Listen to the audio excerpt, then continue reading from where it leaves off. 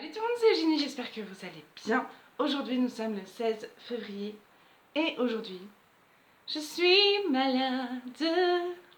Voilà, j'ai de la fièvre. Tant pis, j'irai travailler, c'est pas grave.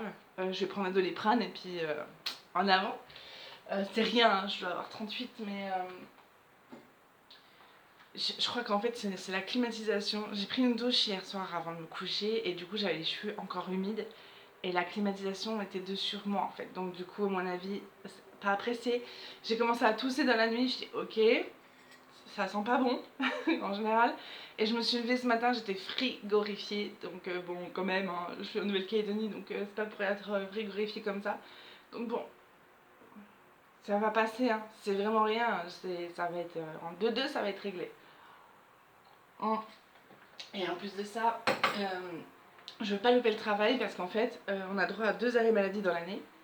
Enfin, on a droit à 25 000 milliards d'arrêts maladie, autant qu'on veut. Mais au bout de 2 arrêts maladie, on perd une prime en fait. Du coup, ça m'embêterait fortement de perdre la prime pour un rhume, quoi. Donc non. Hein, voilà, je vais faire un effort. On va faire la case numéro 16, qui est juste là. Et aujourd'hui, je vais vous expliquer, parce que c'est vrai que, comme le dit Nani, on fait connaissance. Je vous ai parlé déjà de mon passé, mais je ne vous ai pas expliqué qu'est-ce que je faisais en Nouvelle-Calédonie, pourquoi, comment, qu'est-ce. Donc aujourd'hui, je vais vous expliquer ça. J'ai à peu près, il est quelle heure? Il est 7 h du matin, donc j'ai 30 minutes. Vraiment pile poil. Après, il faut que je parte chercher le colis. Et du coup, voilà, j'ai 30 minutes pour vous expliquer ça et faire la case, le maximum en tout cas de la case avec vous. Let's do it! Ok. Bon, c'est pas gagné là, hein, pour pas abîmer la case, parce qu'elle est quand même bien au centre. Et il suffit qu'elle soit mal, parce que vous savez, j'ai vraiment prédécoupé le moins possible. Donc bon, il suffit qu'elle soit mal prédécoupée pour que ça soit une galère.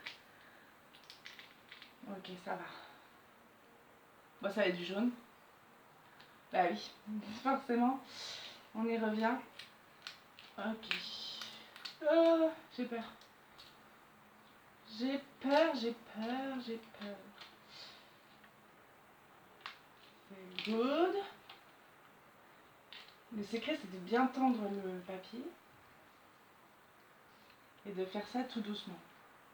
Cool! J'ai réussi! Ok, on va commencer par... oh pardon, excusez-moi, on va commencer par les hashtags. Parce que c'est ce qu'il y a le plus et c'est ce qui est le plus simple à attraper. Non, c'est pas le plus simple, mais c'est là où c'est que je cherche mes hashtags qui sont là. C'est l'une de mes couleurs préférées, franchement. Avec l'abricot qui est dedans. Donc, qu'est-ce que moi, petite Vosgienne, je fais en Nouvelle-Calédonie?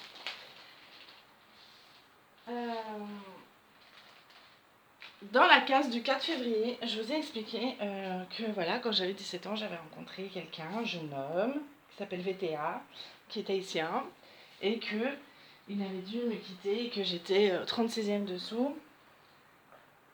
Et voilà, je vous ai expliqué ça le 4 février. Donc pour ceux qui n'ont pas vu, je vous invite à aller regarder la vidéo. Et du coup, vous allez pouvoir avoir l'explication de la suite.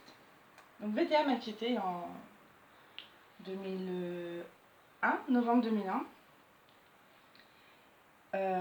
Comme je l'ai dit dans la vidéo, jusqu'alors ça avait été la pire douleur physique et émotionnelle jamais ressentie par ma petite personne.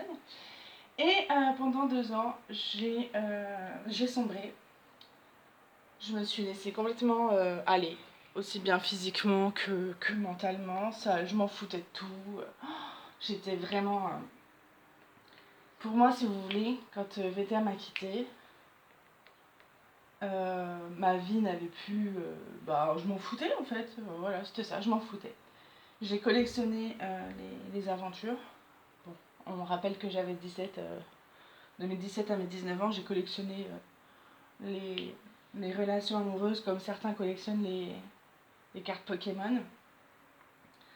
Et en fait, la seule chose qui n'allait pas, c'est que je cherchais VTA en fait. Dans tous les hommes que j'avais fréquentés après lui, je les cherchais lui en fait. Et du coup, je me suis mis à cogiter. J'ai dit, bon, moi, petite bachelière, enfin, future bachelière, comment je peux aller rapidement à Tahiti qu'est-ce qui me permettrait d'aller rapidement à Tahiti, sachant que ça coûte quand même, rien que le billet d'avion, c'est plus de 1000 francs, c'était plus de 8000 balles. On passait seulement aux euros, hein. Du coup, on était à 1200 € le billet. Enfin, c'était vraiment. Moi, j'étais lycéenne, donc voilà. Je me suis dit, mais comment je vais pouvoir faire pour aller à Tahiti? Parce que de toute façon, l'objectif, pour moi, c'était de le revoir. Donc, je réfléchis, et en fait, une solution est rapidement trouvée. Je me dis, bah, je vais m'engager à l'armée. Comme ça, je m'engage, je pars en OPEX à Tahiti, et puis voilà. Ça sera la solution la plus simple d'aller à Tahiti. Et la plus économique en fait au final, parce que non seulement je serais payée pour y aller, donc je gagnerais de l'argent, et puis bah voilà. Donc du coup, c'est comme ça que je me suis retrouvée à m'engager à l'armée. Euh, et je pars, ça y est, au bout d'un an, je me suis engagée en 2003 et je suis partie à l'armée en 2004. Hein, parce que ça se passe pas comme ça, c'est pas je m'engage et une semaine après je m'en vais. Donc du coup, ils m'ont trouvé un régiment dans le nord de la France, à Lille. D'ailleurs, salut Lille! Je voudrais faire un gros béco à Marilyn, parce qu'elle me marque toujours. Je te fais un gros bisou du ch'ti, donc je te fais un gros béco, moi aussi. Hein. Et puis un gros bisou d'Ashnor, ta soir. Du coup, je pars d'un nord et d'Ashnor. Et oui, on pleure qu'une seule fois pour moi, parce que j'ai pas pleuré en arrivant. J'étais fascinée, j'avais 20 ans. C'est la première fois que j'allais vivre seule. C'était une nouvelle vie qui commençait pour moi. Après, c'était quand même encadré parce que j'étais à l'armée, donc j'allais vivre seule, mais dans un cadre relativement sécurisé quand même. Bon, bref, donc du coup, je m'engage, je fais mes classes. Hein. Il y a 2 mois de classe générale et un mois de classe spécifique. Et pendant mes classes, il y avait un caporal, donc qui était mon chef d'équipe. Donc pendant les classes, on va simplifier, on est 30 bonhommes. Les 30 bonhommes sont divisés en 3 groupes. Groupe 1, 2, 3. Moi, j'étais dans le groupe 3. Ce groupe a un chef de groupe. Et donc sur les, je sais pas, on est 10 bonhommes dans un groupe, il y en a 5 qui ont un chef d'équipe X et 5 qui ont un chef d'équipe Y. Voilà, en gros c'est ça. Et donc, ce monsieur-là était mon chef d'équipe. Et il ne nous calculait pas, il ne nous regardait pas. Contrairement aux autres cadres de ces classes-là, que l'on soit fille ou garçon, il s'en foutait, il ne nous regardait pas, il ne nous calculait pas. Et vu que j'avais un peu l'esprit de compétition, je me suis dit, lui là, il veut pas nous calculer en fait, hein, il veut même pas nous regarder. Je dis, mais c'est quoi ce mec là? Et je dis, non, non, non, mais en fait, pour moi, je l'ai pris comme un défi de le séduire. Donc, je sais pas comment vous expliquer ça. Mais du coup, attendez, je vais enlever mon gilet, je crève de chaud là. La joie de la fièvre, dans 5 minutes je vais avoir froid, mais c'est pas grave. Ok. Oui, du coup, c'était pour moi un défi de réussir à le séduire. Et du coup, j'ai attendu que mes classes soient finies. Enfin, allait presque être finie. Et j'ai envoyé des textos et tout ça. Jusqu'à ce que ça fonctionne. Et on est sortis ensemble. Mais pour moi, c'était voilà, c'était rien de sérieux. C'était comme d'hab. Et du coup, si vous ne l'avez pas encore compris, ce charmant monsieur, bah, c'est mon mari. En fait, maintenant, je l'ai rencontré quand j'avais 20 ans, donc à l'armée. Je suis sortie avec lui, mais moi j'étais toujours dans l'idée que je partirais à Tahiti. Mes classes étant finies, j'ai été intégrée dans un régiment. Et 2 mois après mes classes, toute la section avec qui j'avais fait mes classes est partie à Tahiti, sauf moi. J'ai fait des demandes hein, pour être attachée à la section, pour partir à Tahiti avec eux et tout, ça a été refusé, donc j'étais dépitée. Et j'ai dit, mais c'est pas possible, c'était mon objectif en fait. Je me suis engagée à l'armée pour ça. Et tous les gens avec qui j'ai fait mes classes partent à Tahiti, sauf moi. Et du coup, je me suis dit, c'est que ça doit pas se faire en fait, c'est que je dois pas partir. C'est que voilà, c'est que je me suis trompée. Alors maintenant, ça je l'analyse maintenant, hein, mais à l'époque là, j'étais vraiment dépitée. Et du coup, je suis restée. Enfin, après voilà, des liens se sont créés avec. Donc mon mari s'appelle Joseph, hein, donc c'est Jo. je sortais avec lui, en sortant avec lui, mais c'était pas, vous voyez, enfin, c'est comme un couple au début, quoi. On sort ensemble, mais c'est comme ça. C'est pas forcément tout de suite par amour et tout ça, et puis et du coup, on a appris à se connaître, et puis ben voilà, ben 17, presque 17 ans après, voilà où on en est. Et donc, je lui dis, mais tu es de quelle île? Parce que je vois bien que t'es pas du Schnorr, tiens. Et il me dit, bah, je suis de Nouvelle-Calédonie. Tu vois où c'est? Bien sûr, évidemment, je ne connais que ça. Sauf que non, je savais pas où c'était. Du coup, j'ai appelé ma mère, elle me dit, ah, c'est à côté de l'Australie et tout. Je fais, ah, ok, bon, d'accord. Je sais, c'est loin de Tahiti. Tout de suite, une obsession. Ok, c'est bon, on va changer, on va prendre les Croix de Lorraine. Ok, oui, toujours obsession de Tahiti, bref. Et du coup,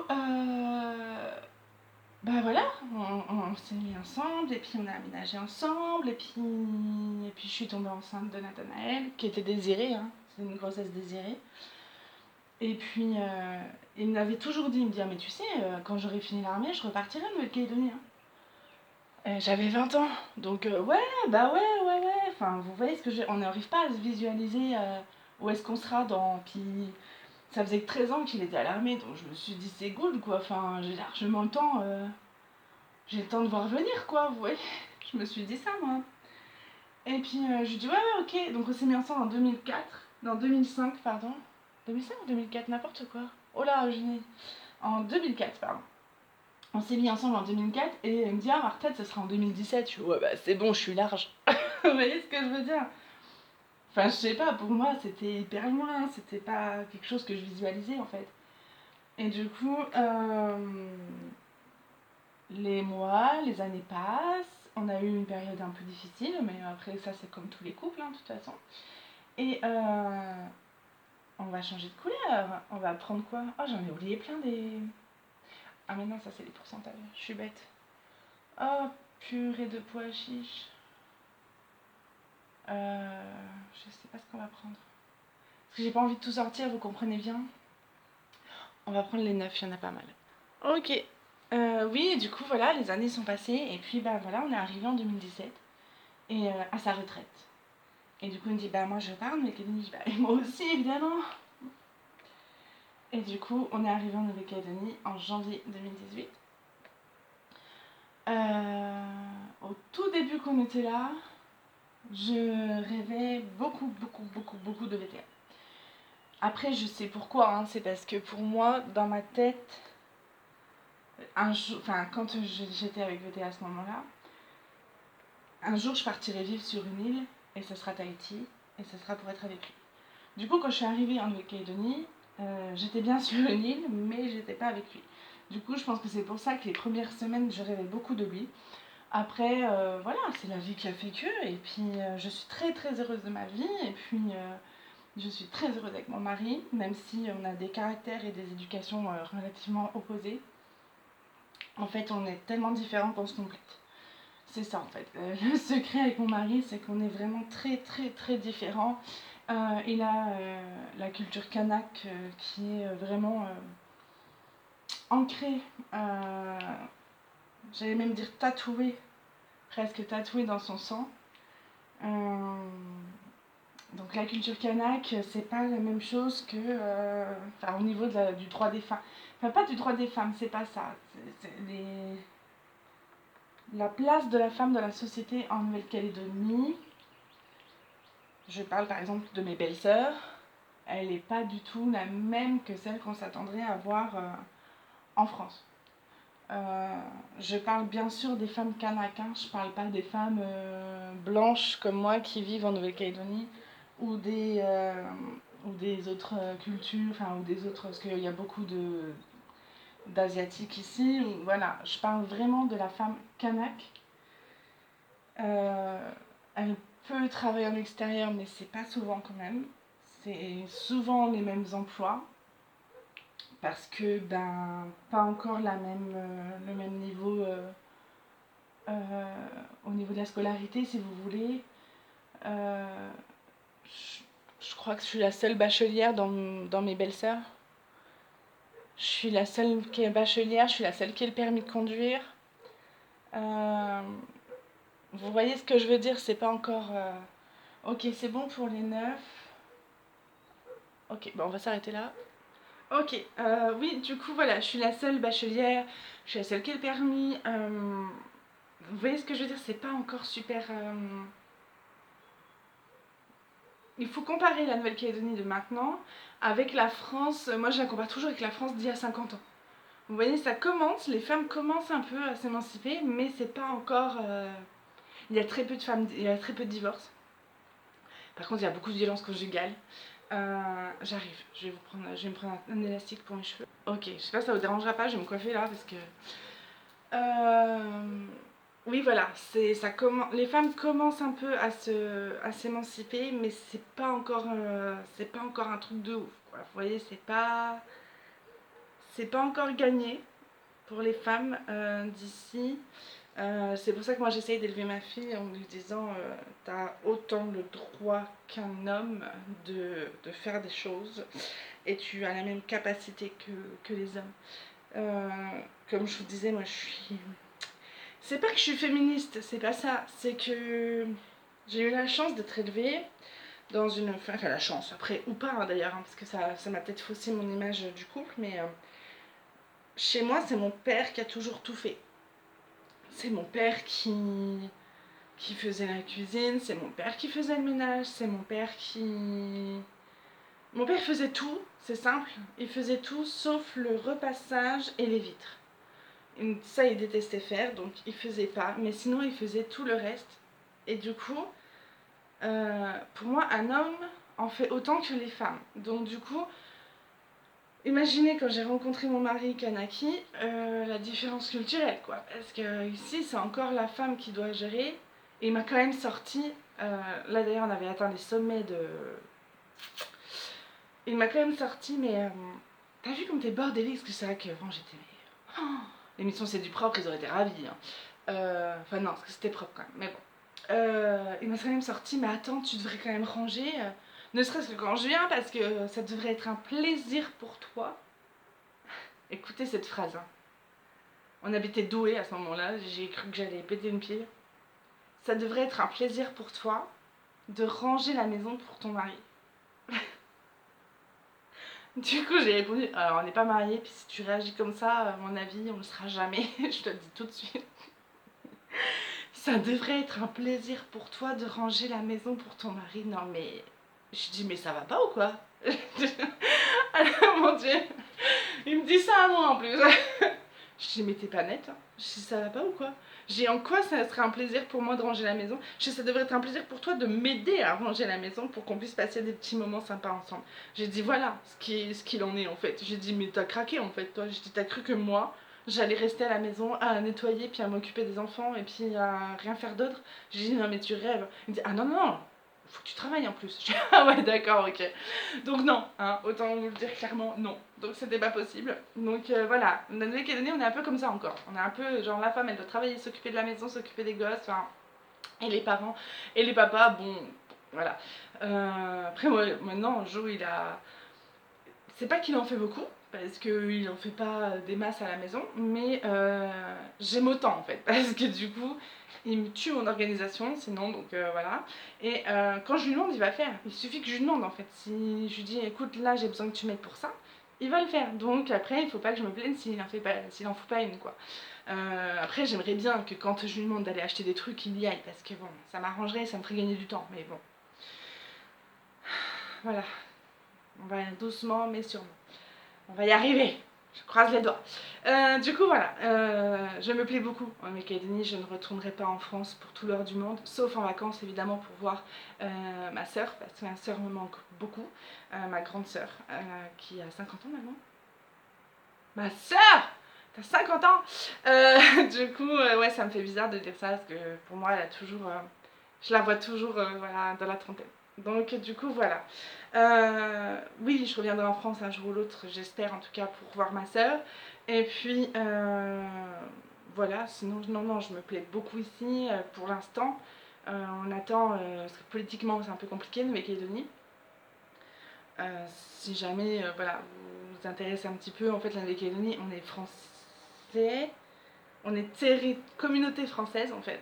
Donc on est ni un dom ni un tom, on est une on est une communauté française, mais on a deux gouvernements, on a le gouvernement français et on a le gouvernement kanaki, on a le gouvernement calédonien en fait.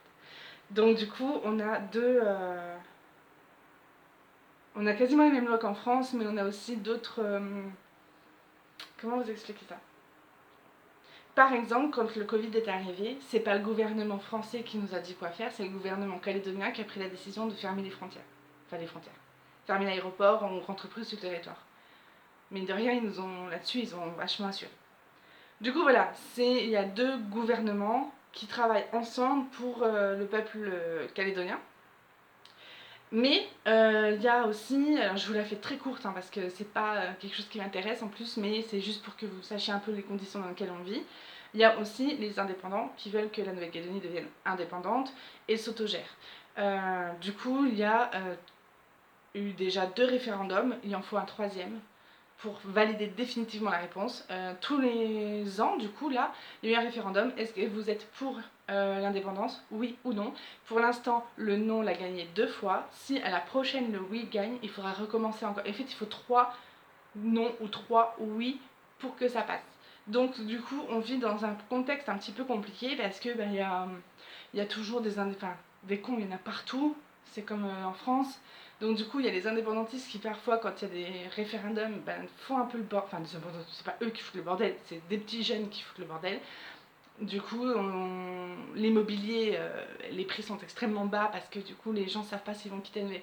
Si la Nouvelle-Calédonie devient indépendante, les gens vont vouloir la quitter. Donc du coup, vous voyez, c'est un peu en ce moment, économiquement parlant, et même au niveau vie, c'est un peu tendu. Mais après, on n'est pas en guerre, hein.